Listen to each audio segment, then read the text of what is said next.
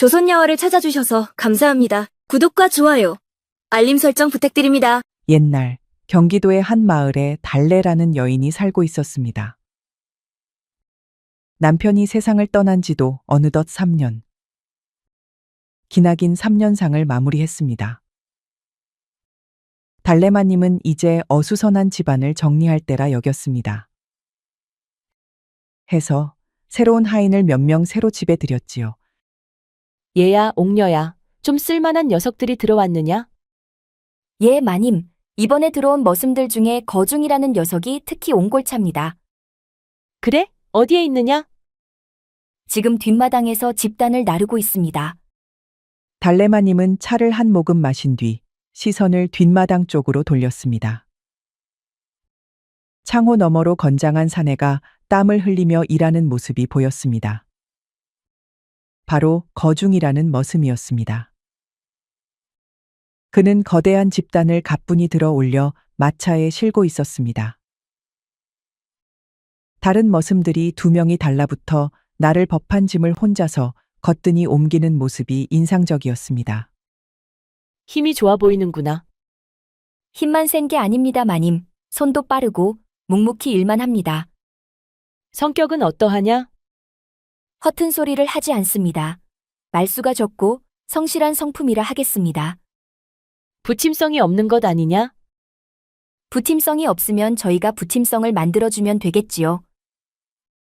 그리고 쓸데없이 나불거리는 떠벌이보다는 과묵한 녀석이 낫지 않겠습니까?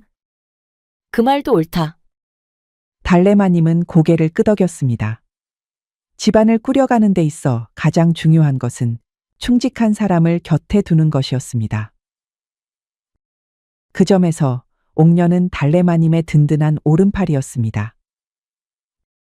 신분은 다르지만 소녀적부터 함께 자라고 생활했기에 옥녀는 집안의 대소사는 물론 마님의 성미와 취향까지 훤히 꿰뚫고 있었습니다. 어떤 음식을 좋아하는지, 어떤 천을 선호하는지, 심지어 언제 피곤해 하는지까지도 알았지요. 달래마님이 무심코 내뱉은 말도 흘려듣지 않고 기억해 두었다가 미리미리 챙기는 것이 바로 옥녀였습니다. 그렇기에 달래마님은 다른 이들보다 옥녀를 더욱 신뢰했고 때로는 하인이라기보다 친근한 자매처럼 느껴졌지요. 나이는 어떻게 되느냐? 그리 많지도 적지도 않아 보이는데. 올해 20이라 하더군요. 늙지도 않고 어중간하지도 않고 힘도 좋고 일도 잘하고 얼굴도 잘생겼으니 그야말로 만점짜리 머슴이지요. 머슴놈 얼굴이 잘생긴 것이 뭐가 좋은 일이란 말이냐? 달래마님의 가볍게 쏘아붙이는 말에 옥녀는 피식 웃으며 입을 가렸습니다. 아이고 마님, 보기 좋은 것이 먹기에도 좋다고 하지 않습니까? 추레한 녀석이 집안에 있으면 그 품격에 해가 될 수도 있지요. 게다가 반반한 녀석이 어슬렁거리면 정도 더 가는 법 아니겠습니까? 정 같은 소리 하고 있구나. 달래마님은 옥녀를 흘깃 바라보았지만 옥녀는 시치미를 떼고 태연하게 덧붙였습니다. 제 말은 저 녀석이 앞으로 우리 집안일을 오래 맡아줄 머슴이니 다행스러운 일이라는 것입니다. 보기에도 좋고 일도 잘하니 마님께서도 마음이 놓이지 않겠습니까? 거중이는 이러한 대화가 오가는 것을 전혀 모르고 땀을 훔치며 다시 집단을 들어 올리고 있었습니다. 확실히 힘도 좋고 일도 잘하고 아주 잘생긴 머슴이었습니다.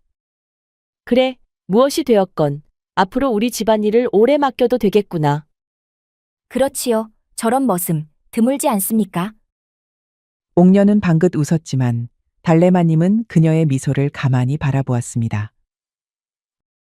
묘하게 거중이의 칭찬을 하면서 달래마님에게 강조하는 것이 영 수상쩍었습니다. 머슴이 머슴이지. 드물고 말고가 어디 있겠느냐. 허튼 소리 말고 집안 정리가 끝나는 대로 머슴들에게 맡길 일과 살림살이를 다시 정리하거라. 여부가 있겠습니까, 마님? 저는 그저 마님이 시키는 대로 살림을 챙기고 부지런히 일하는 여종이지요. 하인놈들에게도 어서 익숙해지라고 잘 타이르겠습니다. 비꼬는 게냐? 빚고다니요. 제가 어찌 마님을 빚고겠습니다. 달래마님은 그러자 옥녀의 등을 다정하게 쓰다듬었습니다. 나는 단 한 번도 너를 그렇게 생각한 적 없다. 그러니 농담이라도 그런 말을 하지 말거라. 내 마음이 아프구나. 알겠습니다, 마님. 제가 좀 주제넘게 농이 지나쳤사옵니다. 그것보다도 오늘 강진사 나리께서 방문하신다고 전해왔습니다. 달래마님의 손이 찻잔 위에서 멈칫했습니다. 강진사가? 예, 마님. 오늘 저녁 즈음 찾아뵙겠다고 하셨습니다. 달래마님은 짧게 숨을 들이쉬었습니다. 영 탐탁지 않았습니다. 강진사는 남편이 세상을 떠난 뒤부터 줄곧 유산 문제를 걸고 넘어졌습니다. 달래마님이 남편의 재산을 온전히 상속받은 것이 못마땅한 것이었지요. 남편의 3년상이 끝나기도 전에 강진사는 마치 재산이 자신의 것이어야 한다는 듯 행동했습니다. 아침부터 달갑지 않은 소식이로구나. 오늘은 또 뭔 트집을 잡으려고. 알겠다. 듣자 하니 3년상을 잘 마무리하느라 고생했다는 의미로 선목느 드릴 것이 있다고 하던데요. 선물은 무슨, 와서 욕이나 하지 않았으면 좋겠다. 알겠다. 그러면 나는 안방에 가 있을 테니 기별하거라. 알겠사옵니다, 마님. 달래마님은 한숨을 푹 쉬며 자리를 떠났습니다. 옥녀는 마님의 뒷모습을 가만히 지켜보았습니다. 마님, 마님, 마님. 어릴 적부터 언제나 마님이 먼저였고 마님이 중심이었습니다. 같은 곳에서 자랐고 같은 것을 보고 들으며 컸지만 천출인 여종 옥녀는 평생 하인으로 살아야 했습니다. 달래마님은 비단 옷을 입고 화려한 안방에서 살았고 옥녀는 벗을 입고 부엌과 마당을 오가야 했습니다. 달래마님은 맛있는 음식을 고르고 차를 마시며 여유를 즐겼고 옥녀는 그 음식을 손수 만들고 물을 데워야 했습지요. 물론 어릴 적에는 함께 뛰어놀던 때도 있었습니다.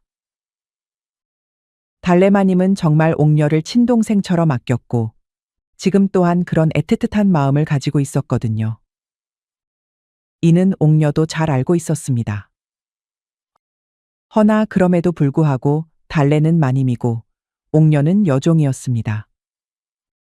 그 사실은 변함이 없었습니다. 아무리 달래마님이 옥녀에게 동생 같다고 느낀다고 하여도 신분 차이는 거대한 벽이었습니다. 옥녀는 그 차이가 억울했습니다. 한때는 그것이 당연하다고 생각했습니다. 태어나 보니 신분이 다르고 태어나 보니 자신은 마님을 섬겨야 하며 태어나 보니 자신은 단 한순간도 마님과 같은 사람이 될 수 없다는 것을 깨달았습니다. 그러나 세월이 흐를수록 그 당연함이 점점 견딜 수 없는 분노로 변했습니다. 그러던 차에 강진사가 손을 내밀었습니다. 우습지 않느냐? 힘들고 굳은 일은 너가 다 하는데 저것은 고개를 빳빳이 들고 거만한 마님 행세나 하고 있느니 말이다. 무어라, 형수에게 어찌 그런 말을 하느냐고? 웃기는구나. 형수가 뭐 대단한 것이냐? 그런데 저 망할 것은 형님이 죽자 형님의 재산을 모두 가로채버렸다. 원래부터 그 재산은 내 것이 아니겠느냐? 마땅히 내 손으로 돌아와야 할 것이 아니더냐? 그런데 저 계집이 뭘 안다고 감히 그걸 움켜쥐고 있단 말이냐? 과부 주제에 남편의 재산을 움켜쥐고 마치 제 것인 양 행세를 한다? 웃기지 않느냐? 저 계집이 대체 뭘 했다고? 그 기생충 같은 손을 뿌리치고 재산을 되찾아야겠다. 그러니 옥녀야, 네가 할 일이 무엇인지 알겠지? 형수를 무너뜨릴 약점을 찾아라. 저 계집이 한순간이라도 실수하는 순간 난 그걸 물고 늘어져 한순간에 나락으로 떨어뜨릴 것이다. 그러면 그 재산은 자연스레 내게 돌아올 것이지. 네가 나를 도와 이 일을 성사시키면 내가 친히 면천해 주겠느니라. 그러니 제대로 된 약점을 찾아와라. 옥녀는 그 제안을 거절할 이유가 없었습니다. 노비 신분에서 벗어나야 진정한 삶이 시작될 것입니다. 하여 옥녀는 호심탐탐 달래마님을 무너뜨릴 방법을 찾았습니다. 그러던 와중 거중이가 새로운 머슴으로 들어오면서 실마를 잡게 되었습니다. 머슴과 놀아나는 과부 마님이라. 내년에게 딱 어울리는 최후를 맞겠구나. 옥녀는 거중이를 이용해서 달래마님을 무너뜨릴 계획을 세웠습니다. 조선시대의 신분 차이가 있는 사랑은 크나큰 죄악으로 간주되었지요. 이것이 세간에 알려진다면 마님은 신분을 박탈당할 것입니다. 그리하면 재산은 자연스레 동생인 강진색에 넘어가겠지요. 옥녀의 시선이 마당에서 묵묵히 일하는 거중이에게 향했습니다. 힘도 좋고 잘생겼으나 마님이 자신을 눈여겨본다는 말 한마디에 가슴을 두근거릴 법한 단순한 사내. 이 머슴을 이용하면 달래마님을 무너뜨릴 수 있었습니다. 옥녀는 미소를 지으며 거중이에게 다가갔습니다. 거중이는 여전히 묵묵히 집단을 나르고 있었습니다. 땀에 젖은 손으로 이마를 훔친 뒤 다시 허리를 굽혀 집단을 들고 마차에 싣는 모습이 억척스러워 보이기까지 했습니다. 옥녀는 일부러 부드러운 목소리로 말을 건넸습니다. 거중아, 첫날부터 고생이 많구나. 아닙니다. 때거리를 벌려면 열심히 해야지요. 그래야지. 그래서 그런지 마님도 아주 좋게 보고 있다. 마님께서 저를요? 그래, 마님께서 너를 제법 마음에 들어 하시는 것 같더구나. 그게 정말이십니까? 그렇다마다. 안 그래도 마님께서 거중이 너를 나중에 따로 보자고 하더라. 거중이는 얼굴을 붉히며 헛기침을 했습니다. 아, 그야 제가 새로운 머슴이라 그렇겠지요.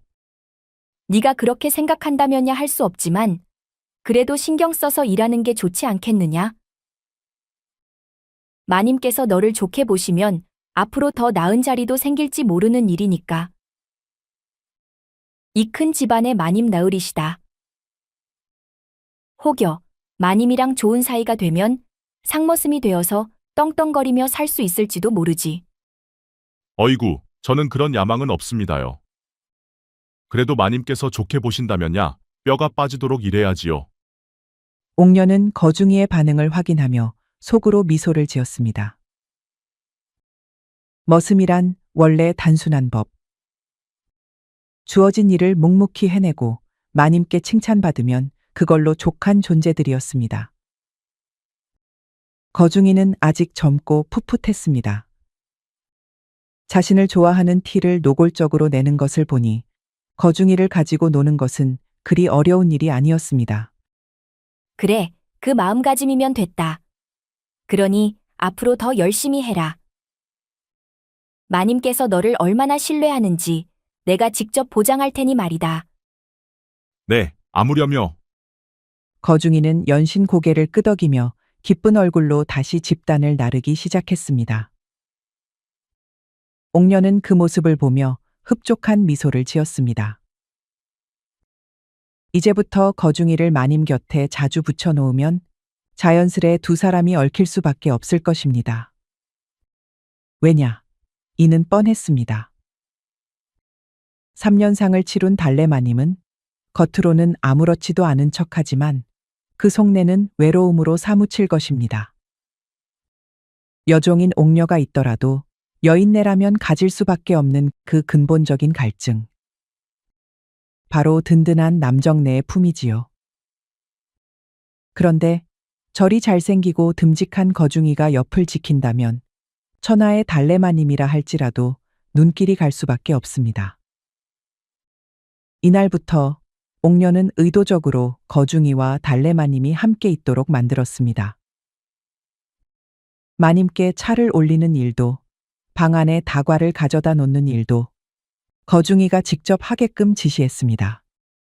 거중아, 마님께서 차를 드시겠다 하신다. 어서 방으로 가져가거라. 예? 제가 말입니까? 그래, 마님께서 내 손으로 가져오라 하셨다. 마님께서는 일하는 머슴들을 직접 살피기를 좋아하시거든. 어서 가거라. 거중이는 땀을 훔치며 쭈뼛거리다가도 마님께 잘 보일 기회라 여기고는 조심스레 차 쟁반을 들었습니다. 방으로 들어간 거중이는 어색한 얼굴로 차를 올렸고 달래마님은 피식 웃으며 받아들었습니다. 네가 직접 차를 가져오다니 조금은 낯설구나. 옥녀가 시키더냐? 예? 옥녀누님이 마님께서 저를 찾으셨다고 하셨는데요. 달래마님은 잠시 눈썹을 찌푸렸습니다. 차를 가져오는 일은 늘 옥녀가 직접 맡았는데 오늘따라 굳이 거중이를 들여보낸 것이 이상했습니다. 그러나 내색하지 않고 조용히 차를 들었습니다. 그 후에도 옥녀는 거중이를 마님 곁으로 보냈습니다. 시내에 나갈 일이 있을 때도 마님을 모시는 사람이 하필이면 거중이가 되도록 만들었습니다. 마님, 길이 고르지 않으니 조심하셔야 합니다요. 그래, 네가 신경 써주니 고맙구나. 거중이는 점점 자신이 달래마님과 가까워지고 있다고 느꼈습니다. 처음엔 어색했지만 마님은 곱고 온화한 여인이었고 과부가 된 후로 적적했는지 가끔은 말벗도 되어 주었습니다. 그런 시간이 싫지는 않았습니다. 달래마님도 거중이가 곁에 있는 것이 썩 싫지 않았습니다. 아니, 싫은 것이 아니라 좋았습니다. 남편이 떠나고 다시금 이렇게 가슴이 두근거리는 것을 느끼는 것은 오랜만이었습니다. 허나 달래마님은 유격의 눈이 먼 어리석은 여인네가 아니었습니다. 이 모든 것이 갑작스럽게 의심스러웠습니다. 처음에는 옥녀가 달래마님을 배려하여서 이렇게 거중이를 곁에 붙여놓는 것이라고 짐작했지만 최근 옥녀의 행동 거지를 보면 무언가 다른 속내가 있는 것 같았습니다. 이에 하루는 달래마님이 옥녀를 따로 불러 이야기를 나눴습니다. 옥녀야, 예, 마님. 어찌하여 요즘 거중이를 자주 내 곁에 붙이느냐? 전에 없던 일이 아니더냐? 별거 아닙니다. 전 그저 마님께서 외로우실까 하여 그랬지요. 그리고 거중이 같이 튼튼한 머슴이 옆에 있으면 여러모로 도움이 되지 않겠습니까? 마님도 썩 거중이를 마음에 드시는 것도 같고요. 달래마님은 찻잔을 내려놓았습니다. 여전히 속 시원하게 말하지 않는 옥녀가 더 의심이 갔습니다. 어째서 거중이와 자신을 엮으려고 저리 애를 쓰는 걸까요? 옥녀야, 너는 내 오랜 벗이었다. 그러니 내가 너를 아끼는 마음도 잘 알겠지. 예, 마님. 언제나 마님을 모시며 살아왔지요. 그렇다면 너의 속내를 솔직히 이야기할 수 있겠느냐? 옥녀의 눈가가 살짝 떨렸습니다. 그러나 이내 익숙한 미소를 지으며 고개를 숙였습니다. 속내라니요. 다 마님을 생각해서 하는 것이지요. 달래마님은 옥녀의 미묘한 긴장감을 눈치챘습니다. 허나 더 묻지는 않았습니다. 더 파고들면 옥녀는 더욱 교묘하게 빠져나갈 것이 뻔했습니다. 단순한 배려라면 이해할 수 있겠지만 어딘가 자귀적인 구석이 있는 듯 했습니다. 그리고 또 며칠 시간이 지났습니다. 하루는 달래마님이 집안을 돌아다니는데 하인들이 낮은 목소리로 속닥거리는 소리를 들었습니다. 너 들었느냐? 요즘 마님께서 새 머슴을 아주 곱게 보신다더라. 거중이 말이더냐? 그 녀석이 좀 잘생기긴 했지 않았느냐? 그래도 말이야, 달래마님이 좀 지나치게 가깝게 굴지 않느냐? 아님 말로 어디를 가도 거중이를 대동하는 것이 이거 참 어디 머슴 서방이라도 드리려는 걸까? 마님이 홀몸이라 내 말이 그 말이다.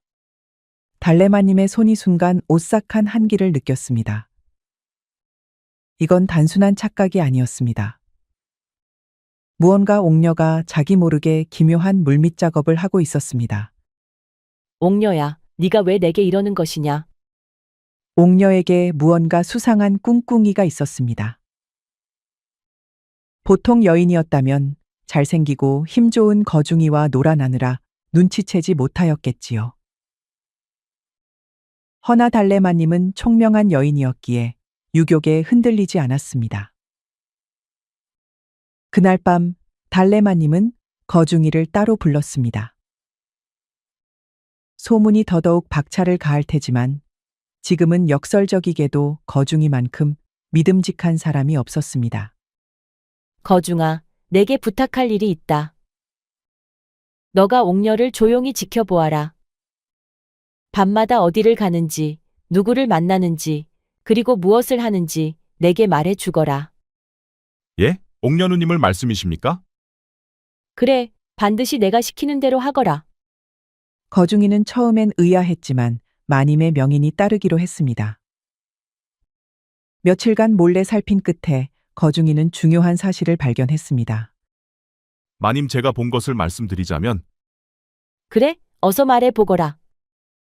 옥녀누님이 밤마다 몰래 집을 빠져나갑니다요. 달래마님의 눈빛이 날카로워졌습니다. 거중이는 거기서 끝이 아니었습니다. 그리고 마님, 그리로 향하는 곳이 어디더냐? 강진사 나으리댁입니다. 달래마님의 손이 떨렸습니다. 마음속에서 묵직한 의심이 떠올랐습니다. 강진사와 옥녀 두 사람이 이렇게 연결되어 있다면 상상도 하기 싫은 배신일 수도 있습니다. 안 되겠다. 내가 직접 살펴봐야겠다. 아니되옵니다. 위험합니다, 마님. 아니다. 이는 들어야 믿을 수 있다. 달래마님은 믿고 싶지 않았습니다. 자매처럼 자란 옥녀가 강진사와 도대체 무슨 일을 벌리고 있는지 직접 들어야 했습니다. 하여 달래마님은 깊은 밤 자는 척하며 옥녀가 집을 나서기를 기다렸습니다. 마님, 옥녀누님이 움직였습니다. 그래, 어서 가보자. 달래마님은 검은 쓰개치마를 걸쳐 쓰고 집을 나섰습니다. 옥녀는 계속해서 주변을 살피며 아주 조심스럽게 움직였습니다. 그럴 때마다 거중이와 달래마님은 기와 담장 뒤에 몸을 숨겼습니다. 달래마님은 단단히 마음을 먹었습니다. 그리고 마침내 옥녀가 강진사댁으로 쑥 들어갔습니다. 달래마님은 거중이의 도움으로 담을 넘어 강진사댁으로 숨어 들어갔습니다. 사방이 쥐죽은 듯 조용하여 달래마님은 숨쉬는 것조차 조심스러웠습니다. 옥녀는 강진사가 머무는 안방으로 들어갔습니다. 이 모습을 지켜본 달래마님은 억장이 와르르 무너지는 듯 했습니다. 그래도 아직은 아닙니다. 달래마님은 몸을 낮게 숙이고 안방에서 들려오는 소리에 귀를 기울였습니다.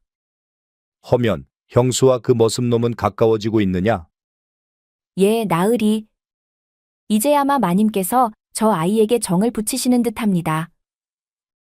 아마 얼마 지나지 않아 둘이서 무언가 부적절한 일이라도 벌이겠지요. 강진사가 크크 웃었습니다.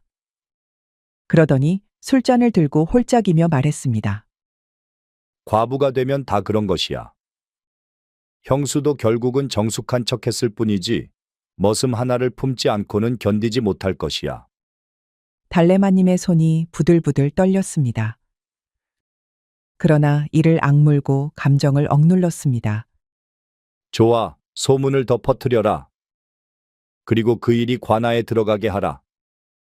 예, 나으리. 마님이 스스로 무너지는 꼴을 보는 것이 참으로 통쾌할 것입니다. 이제야 옥녀가 자신을 거중이와 붙이는 이유를 알 것 같았습니다. 강진사는 오래전부터 형의 재산을 탐냈습니다. 그 유산이 달래마님에게 넘어간 것에도 매우 불쾌해했지요. 강진사는 옥녀를 첩자로 활용하여 달래마님의 추문을 만들고 이를 통해 달래마님을 함정에 빠뜨리고 있었습니다. 달래마님은 눈을 감고 조용히 숨을 들이쉬었습니다. 지금 이 자리에서 뛰쳐나가 따져 묻고 싶은 마음이 굴뚝 같았지만 그랬다가는 이를 그르칠 것입니다. 이들이 원하는 것은 결국 자신이 감정을 주체하지 못하는 것이었으니까요. 도대체 무슨 이유로 나에게 이러는 것이냐? 강진사의 동기는 뚜렷했습니다. 바로 달래마님의 재산입니다.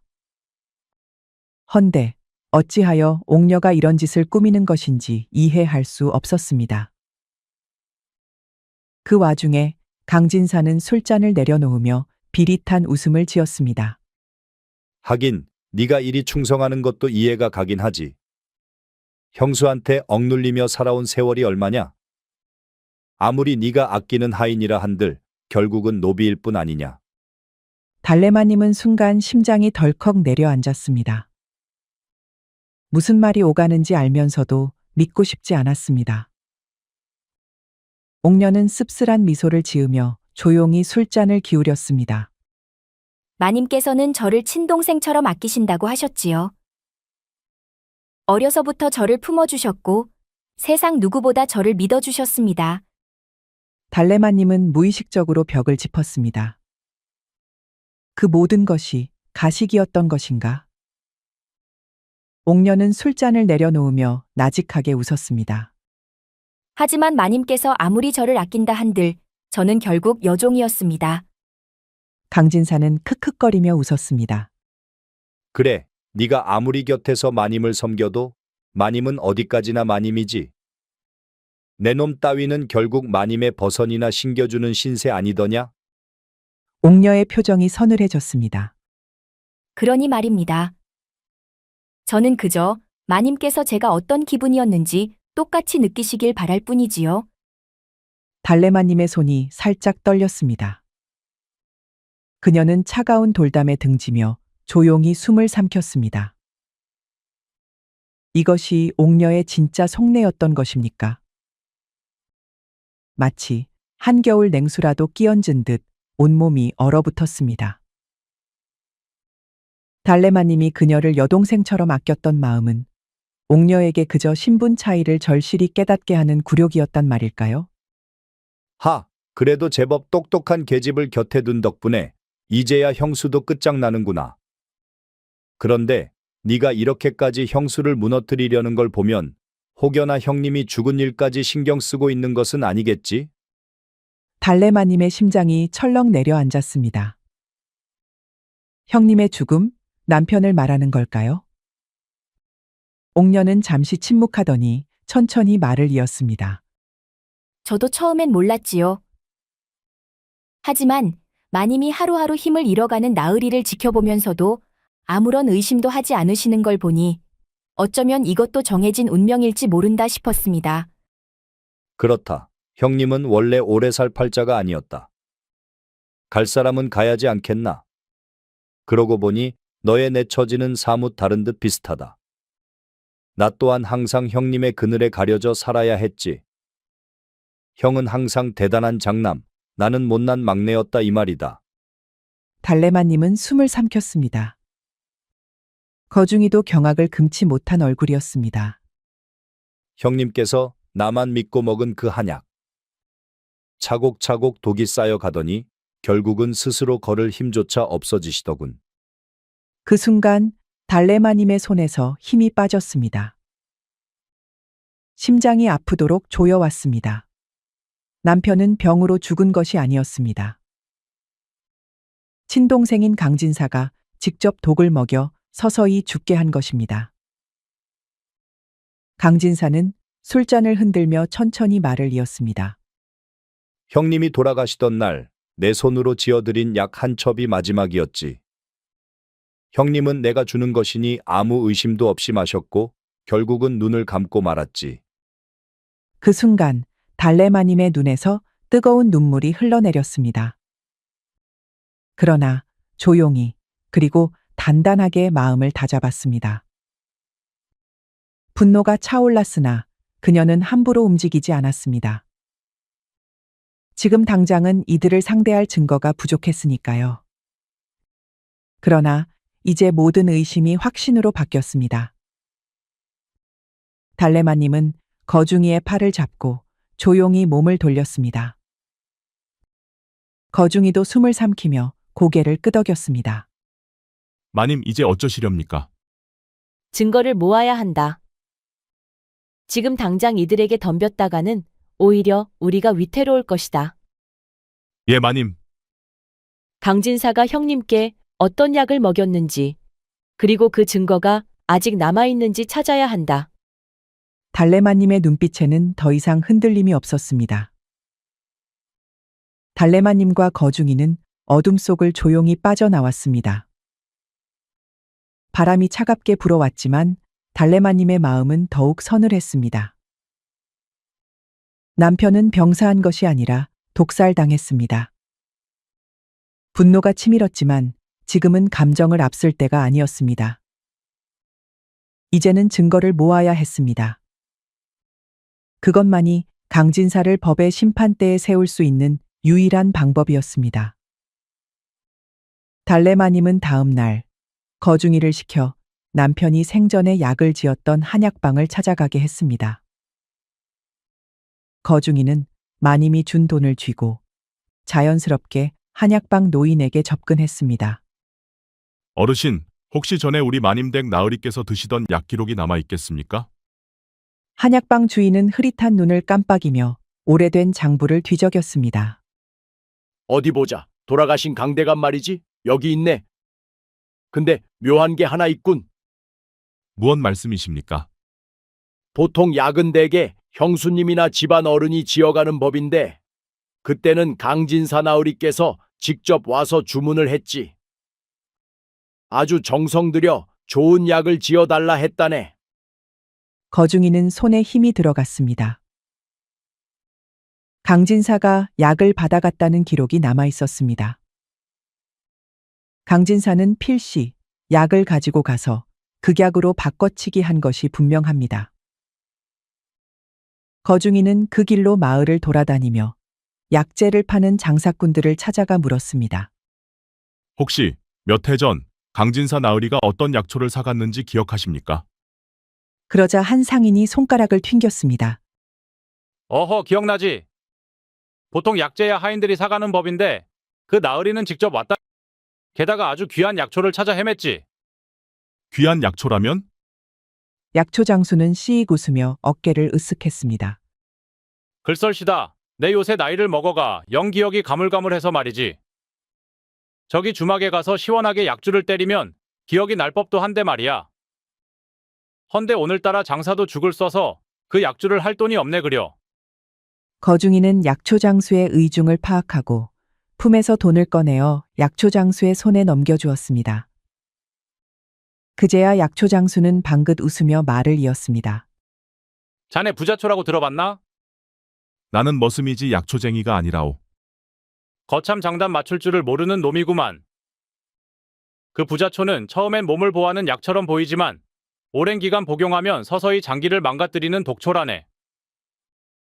강진사 나으리가 그것을 묘하게 많이 사갔지. 그때야 다들 별 의심 없이 넘어갔지만 지금 생각하면 좀 수상쩍긴 해. 거중의 등골이 오싹해졌습니다. 부자초. 강진사는 그 독초를 몸을 보호하는 약이라 속여 남편에게 먹였던 것입니다. 한편 달래마님은 신중하게 움직였습니다. 증거만으로는 부족했습니다. 확실한 증언을 확보해야 했습니다.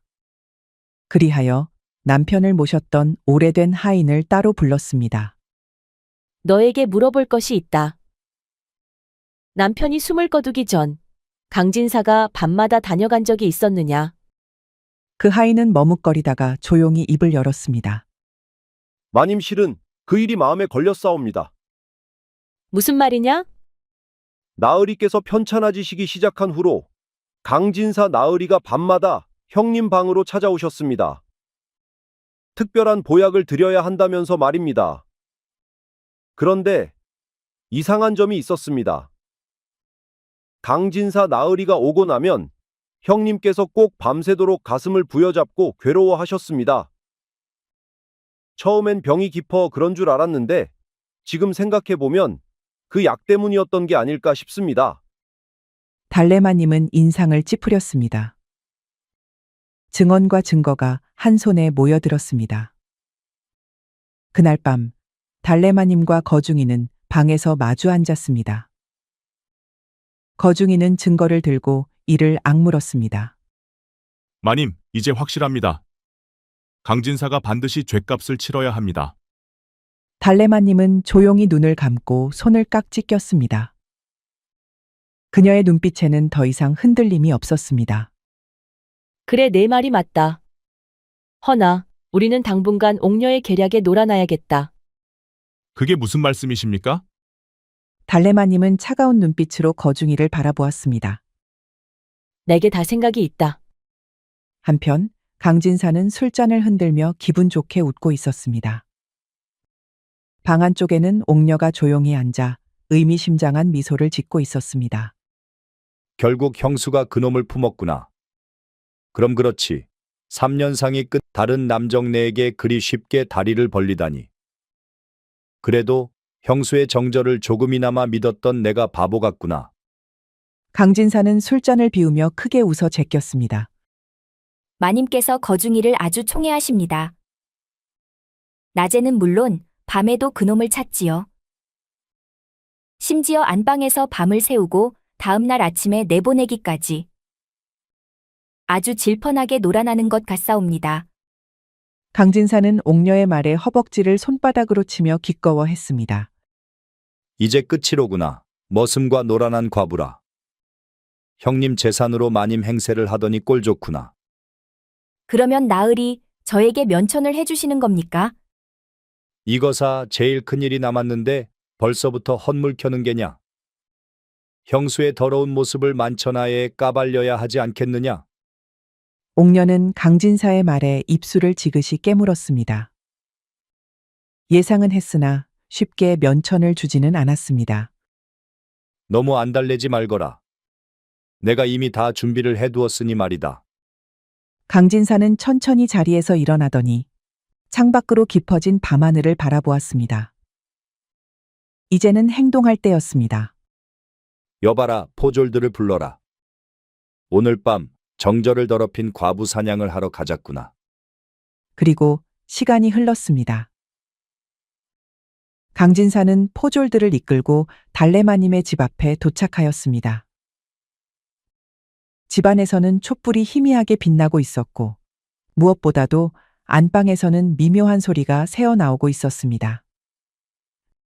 거친 숨소리와 살이 맞부딪히는 소리였지요. 강진사는 입꼬리를 올리며 손짓하였습니다. 지금이 기회다. 문을 열어라. 포졸이 성큼 다가가 힘껏 방문을 밀어젖혔습니다. 그러나 상상과는 전혀 다른 모습이었습니다. 거중이와 달래마님은 팔짱을 낀 채 태연하게 강진사를 바라보고 있었습니다.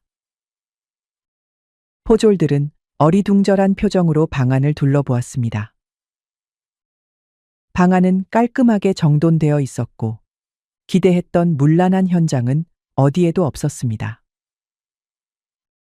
거중이와 달래마님은 팔짱을 낀 채 태연하게 강진사를 바라보고 있었습니다. 이게 뭐야? 강진사는 당황스러운 얼굴로 주위를 살폈습니다. 아직도 안방 한쪽에서는 초가 은은하게 타오르고 있었고 공기마저도 정적에 휩싸여 있었습니다. 이게 무슨 장난이냐? 분명 너희가? 강진사는 황급히 옥녀를 돌아보았습니다. 옥녀 역시 예상과 전혀 다른 상황에 놀란 듯 입술을 꽉 깨물고 있었습니다. 강진사, 그대는 지금 무엇을 하고 있는 것이오? 정절을 지키던 내가 졸지의 머슴과 정을 통한 여자로 몰리니 기가 찰 노릇이구려. 달래마님은 한 걸음 앞으로 나섰습니다. 허나 이제는 더 이상 입을 닫고 있을 수 없소. 강진사, 그대가 그동안 어떤 악행을 저질렀는지 오늘 이 자리에서 모두 밝히겠소. 포졸들 사이에서 웅성거리는 소리가 퍼졌습니다. 헛소리 하지 마시오. 형수. 형수야말로 이 머슴놈과 추잡한 짓을 하다가 들켰으니 이제 와서 엉뚱한 말로 빠져나가려는 것이 아니오? 헛소리라니? 강진사, 그대는 형님을 독살한 살인자 아니오? 강진사의 얼굴에서 핏기가 싹 가셨습니다. 뭐라고? 그대는 한약방에서 약을 가져와 부자초를 섞어 형님께 먹였소. 밤마다 형님을 찾아가 독약을 먹이며 형님이 병으로 죽은 것처럼 꾸몄소. 말도 안 되는 헛소리 하지 마시오. 증거가 어디 있단 말이오? 그러면 직접 확인해 보시오. 달래마님은 거중이를 바라보았습니다. 그러자 거중이는 단단히 준비해둔 문서를 내밀었습니다. 이건 한약방의 장부입니다. 여기에 강진사 나으리가 직접 약을 받아갔다는 기록이 남아 있습니다. 그리고 이건 마을 약초 장수들의 증언입니다. 강진사 나으리가 부자초를 대량으로 구매했다는 기록이 있습니다. 마지막으로 형님을 모시던 하인의 증언도 있어. 강진사 나으리가 밤마다 형님의 방을 드나들었다는 증언이요. 포졸들 사이에서 다시금 웅성거리는 소리가 퍼졌습니다. 강진사는 황급히 고개를 내저었습니다. 다 거짓이오. 다 조작된 것이오. 오냐, 관하로 가자.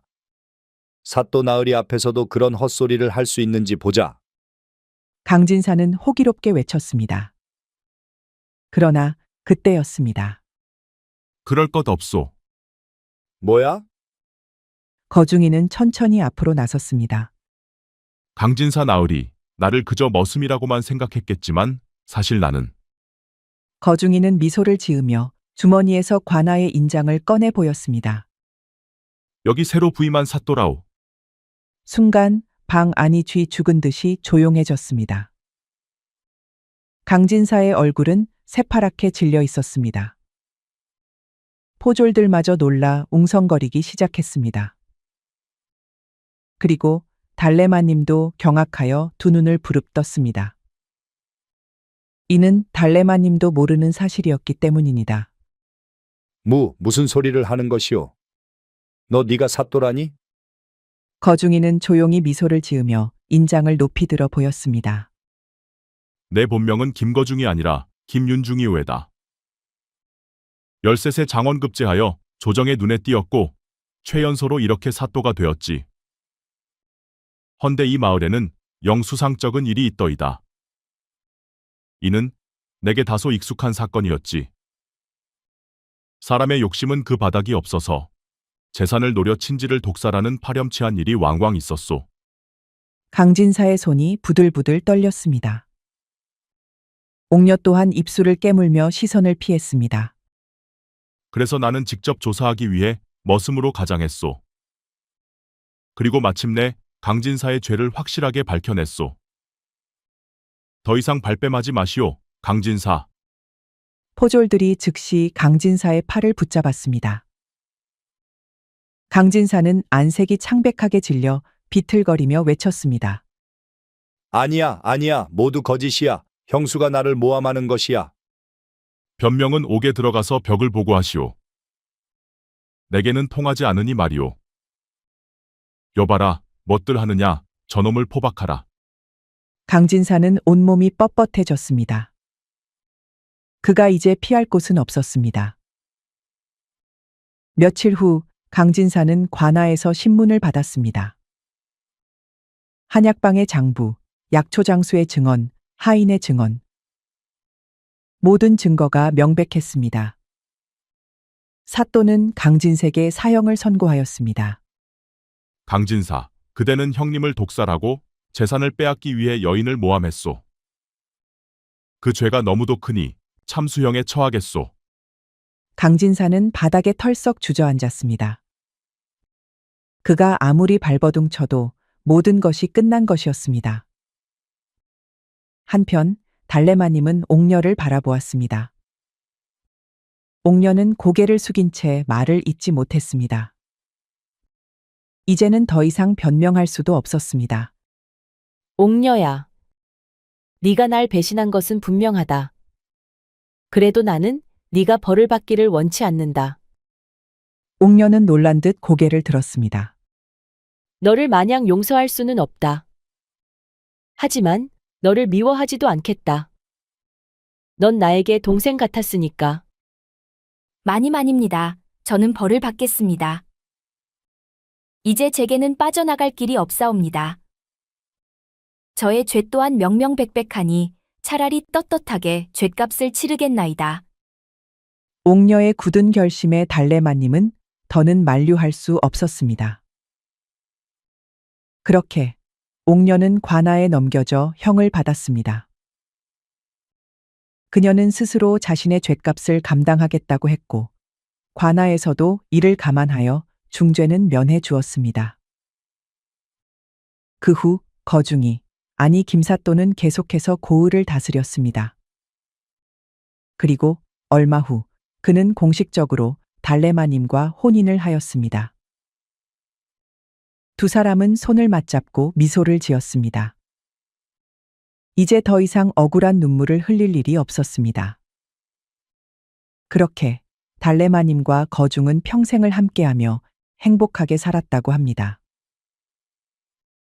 유교 경전 중 하나인 대학에 따르면 마음이 바르면 몸이 바르고 몸이 바르면 집안이 바르고 집안이 바르면 나라가 바르고 나라가 바르면 천하가 바르다라고 합니다. 이는 개인의 욕심을 버리고 마음을 바르게 함으로써 가정과 사회, 나아가 천하의 평화를 이룰 수 있다는 가르침이지요. 강진사는 욕심이 도가 지나쳐 형님의 재산을 탐내고 나아가 형수의 재산을 탐냈습니다. 이는 옥녀 또한 마찬가지였습니다. 우리 모두 욕심에 눈이 멀어서는 아니 되겠습니다. 우리 이야기가 여러분들에게 조금이나마 재미를 선사할 수 있기를 바랍니다. 다른 재미있는 영상도 많으니 즐겁게 봐주세요. 그럼 여러분 모두 행복하고 즐거운 시간 되세요.